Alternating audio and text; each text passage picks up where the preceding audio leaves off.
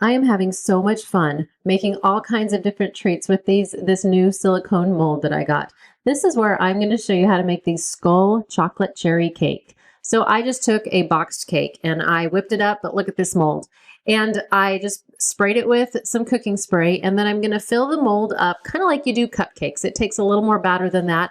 Then I pop it in a 350-degree oven for about 25 minutes, and pretty quick when it's still hot, I went ahead and just removed the mold from them. You can see how it's still steaming pretty hot. I let those cool for about 10-15 minutes, and now it kind of flowed over a little bit, and so I'm just cutting that off, and then I'm slicing the back of them off just so that they're going to sit flat. And I put those in the freezer, and that way they would chill for about a half hour. And then I took just some white chocolate and I am spreading that around the molds because this is going to be the case for them.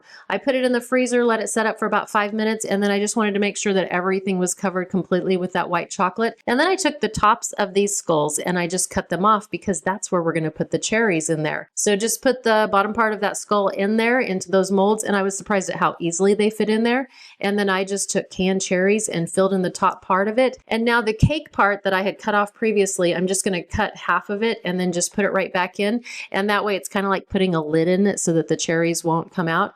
And then the back side of them, I just covered right away with the rest of that white chocolate.